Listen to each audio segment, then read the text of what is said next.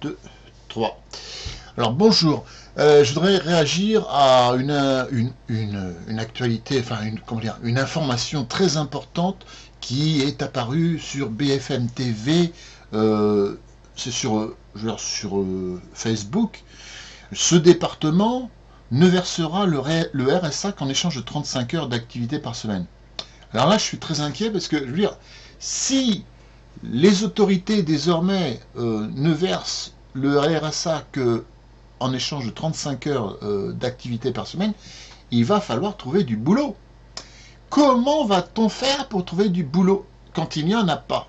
Bon, parce que vous imaginez bien que s'il y a autant de chômeurs, des millions de chômeurs, des millions de faux emplois, et que maintenant il y en a certains qui veulent imposer des heures, 35 heures à des gens qui n'ont rien à se mettre sous la dent, ça va être encore pire puisqu'il faudra réinventer de nouveaux faux emplois. Et là, je voudrais témoigner d'une chose. Moi, quand j'étais jeune, j'ai vécu dans les pays de l'Est. Je suis citoyen français, hein, mais j'allais dans les camps de jeunesse et j'allais dans les pays de l'Est. Et dans les pays de l'Est, qu'est-ce que c'est qu'un camp de jeunesse? C'est un camp international qui n'était pas fait pour forcément des communistes. Il y avait des gens qui venaient de tous les pays du monde et qui allaient dans un camp de jeunesse dans un pays de l'Est. Et le matin, on avait un boulot. Et l'après-midi, en échange de ce boulot, on avait une visite, une excursion. C'était une sorte de vitrine très sympathique, très sympa, de ces pays-là. Moi, j'en ai fait un peu plus de 7, je crois. 7 ou 8, je sais plus. Et donc, il y avait des cas où il fallait organiser le travail, il fallait donner du travail à ces jeunes qui venaient du monde entier. Et manque de peau, il n'y avait pas de travail. C'est-à-dire que dans les pays de l'Est, entre guillemets communistes de l'époque, il n'y avait pas forcément du boulot. Ça veut dire que les gens n'étaient pas au chômage, mais ils recevaient un salaire. Ils recevaient un salaire et donc ils pouvaient vivre parce que l'État était maître de la monnaie, donc ils pouvaient fabriquer autant de monnaie qu'ils voulaient. Et cette monnaie, vous receviez de l'argent et avec cet argent, vous pouviez vous acheter de quoi bouffer. Mais ça ne veut pas dire que vous aviez un boulot réel. Les boulots étaient quelquefois fictifs. Par exemple, je me souviens d'un camp où le mec qui nous a reçus sur un grand chantier de construction, il ne savait pas trop quoi faire de nous. Nous, alors, on était tous des jeunes entre, on va dire, 16 ans et 25 ans. Il y avait même des gens qui pouvaient avoir une trentaine d'années, mais c'était ça, grosso modo, c'était 13-25, pardon. Et le mec, qu'est-ce qu'il nous a dit? Il nous a montré un tas de sable. Il nous dit, ben, le tas de sable là, qui est là, vous allez le transporter là, 15 mètres plus loin, ou même pas, 10 mètres plus loin. Et on faisait ça. Puis une fois que le travail était fait, il nous disait de le remettre un peu plus loin. Alors qu'il y avait des machines-outils, hein, bien sûr, il y avait des pelleteuses, etc. Et qu'avec une pelleteuse, on s'était fait en 5 minutes. Mais, comment dire, grâce à ce système-là, on avait, entre guillemets, un boulot. Et donc on faisait pas 35 heures par semaine, bien sûr, hein, on faisait, le matin on bossait, puis l'après-midi, donc on était nourri, logé, blanchi, etc. Et l'après-midi en plus on avait des excursions, des visites, des trucs. C'était un moyen très facile. Pour moi ça m'intéressait parce que c'était un moyen sympa de pratiquer les langues. Hein. Très souvent dans ces camps-là, c'était l'anglais qui était utilisé comme langue internationale. Mais moi comme je suis intéressé par les langues, j'apprenais la langue du pays. Alors, donc c'est pour vous dire, les emplois fictifs, ça existe depuis toujours. Je veux dire, à partir du moment où vous avez un gars qui dit, tiens, je vais te donner, je dis un chiffre miraculeux, hein, je vais te donner 10 000 euros, puis tu vas t'asseoir sur une chaise, sur un bureau, puis tu vas bouquiner, tu vas faire quelque chose. Exemple, encore moi-même, c'était en 60, je sais plus, 78 ou 78 je crois, ou 77, je sais plus. Il y a eu le 77 peut-être. Le plan bar. Le plan bar, oui c'était en 77 je crois. Le plan bar, consistait... Alors, le plan Barre.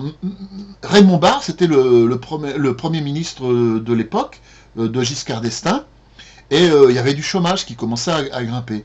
Et puis les jeunes, ils n'avaient pas de boulot. Et donc, ils ont lancé ce qui s'appelait le plan Barre. Le plan Barre, consistait à donner du boulot à des jeunes qui cherchaient du boulot. Donc moi, j'avais besoin d'argent pour m'acheter une radio onde courte. À l'époque, il n'y avait pas Internet.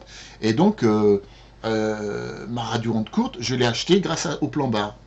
C'était très mal payé. J'ai eu une formation au musée du Louvre pour être gardien de musée. J'aurais pu faire ça pendant 1 mois, 2 mois, 3 mois, 4 mois, 6 mois, je ne sais pas combien de temps.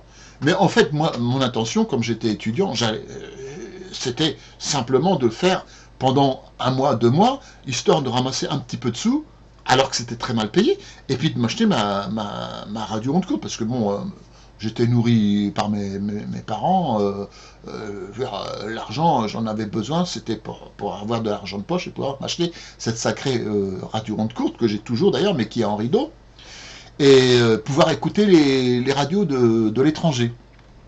Et donc j'ai eu une formation au musée du Louvre pour être gardien de musée, et puis en fait, ils n'avaient pas besoin de gardien de musée, donc ils m'ont foutu au Grand Palais. Au Grand Palais, je me suis retrouvé dans un bureau. Il y a une gonzesse qui m'a reçu, elle avait un très beau cul d'ailleurs, et elle m'a dit, bah écoutez, je sais pas quoi, elle m'a sorti un truc avec des fichiers, et puis elle m'a dit, tiens, rangez les fichiers dans l'ordre alphabétique. Alors, c'était déjà rangé dans l'ordre alphabétique, j'ai rangé les fichiers. En fait, je foutais rien, je me faisais chier même à la limite. Alors de temps en temps, je sortais, je me baladais dans le musée, dans les bureaux, j'allais voir un copain qui était dans le même cas que moi, etc. Lui, il était... Enfin bref, c'était vraiment un emploi fictif. Mais j'ai une fiche de paye, etc. J'ai tout eu, hein, j'ai tout eu. Bon, c'est pour vous dire que, comment dire, ça, c'est pas tout nouveau le fait que on n'ait pas besoin de travailleurs. Le chômage était déjà à l'état embryo, enfin le chômage, on va dire le chômage technologique. Moi j'appelle ça le chômage technologique, c'est-à-dire que quand vous n'avez pas besoin d'une personne, parce que vous avez une machine ou quelque chose, ou vous avez déjà quelqu'un, hein, donc vous avez une personne et vous ne savez pas quoi en faire. Donc on lui invente un taf, on lui invente un truc, n'importe quoi.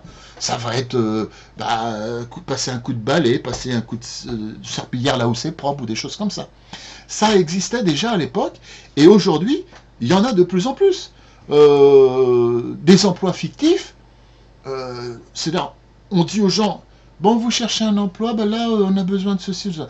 Alors, il y a des emplois qui ne sont pas fictifs. Par exemple, il y a tellement de vieux actuellement dans les pays occidentaux que, par exemple, en France, on a besoin de gens pour torcher le cul des vieux, ça c'est clair. Mais c'est un boulot qui n'est pas intéressant, c'est mal payé, souvent il faut soulever les personnes âgées, etc. C'est comment dire, pour un jeune c'est pas intéressant, c'est pas du tout intéressant. On appelle ça un boulot social, mais écoutez, moi je suis le premier, je serai un jour peut-être un vieux qui aurait besoin de quelqu'un pour s'occuper de lui, mais je reconnais que c'est pas du tout intéressant. Et le pire, c'est que, à part ces boulots-là, il n'y a pas d'autres boulots. Bien sûr, je ne vais pas dire qu'il y a une absence totale de travail, je ne dis pas ça. Mais je veux dire, il y a beaucoup moins besoin de main-d'œuvre qu'auparavant. Et le jour où on sera capable de faire bosser une machine, c'est-à-dire un robot sera capable de s'occuper des vieux, eh bien, même ce genre de travail, très ingrat, très mal payé, disparaîtra. Voilà. Donc ça, c'était...